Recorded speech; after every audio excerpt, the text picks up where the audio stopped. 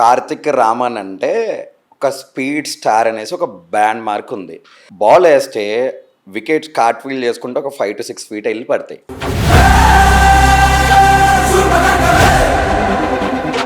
ఇది కాకుండా చూస్తే short of the length balls వేస్తే కనుక కన్ఫామ్గా ఎల్బోలు ఇరిగిపోవడము లేదా హెల్మెట్లు ఎగిరిపోవడం అనేది జరుగుతుంది.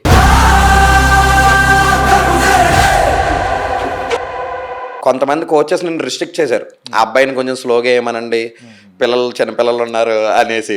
ఈ నీకు అనిపించిన ఎప్పుడైనా ఈ మాటలన్నీ? ఇవన్నీ ఏంటంటే నాకు కొంచెం బూస్టింగ్ ఇచ్చేవి నాకు.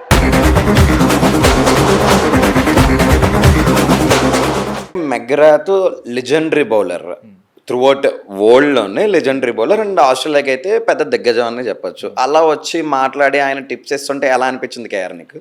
సో నా జర్నీలో స్టేట్ మ్యాచెస్కి వెళ్ళడం, నెక్స్ట్ వచ్చి ఇట్లాంటి లెజెండరీ బౌలర్స్తో కలవడం, కోచెస్తో కలవడం.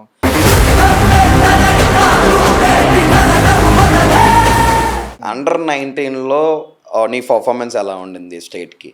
సో అండర్ 19 నేను ఆల్మోస్ట్ 3 years ఆడాను, 3 years రిప్రజెంట్ చేశాను. So 3 yearsలో 2 times వన్డేస్, 3 times test games ఆడాను. సో ఆల్మోస్ట్ 110 వికెట్స్ దాకా తీసా 3 years స్టేట్లో.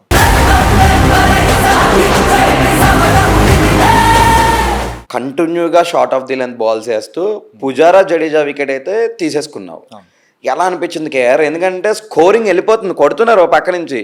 మేము అనుకుంటున్నాం టీవీలో అరే ఈ షార్ట్ ఆఫ్ ది లెంత్ మారుస్తే బాగుండు, వాళ్ళు కొడుతున్నారు కదా అనేసి. ఎందుకు కంటిన్యూగా అదే పికప్ లైన్ చేసావు? వన్డే ఫార్మాట్లో, T20 ఫార్మాట్లో షార్ట్ బాల్స్ ఎక్కువ ఎవరు వేయరు, కానీ నా స్ట్రెంగ్త్ విహారీ అన్నకు తెలుసు.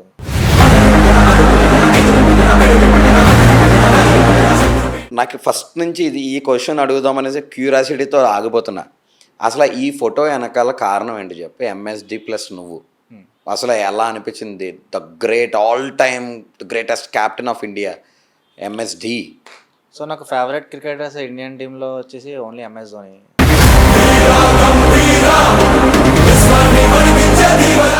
ఫస్ట్ టైం ధోనిని కలవడం చాలా one of the special moment నాకు.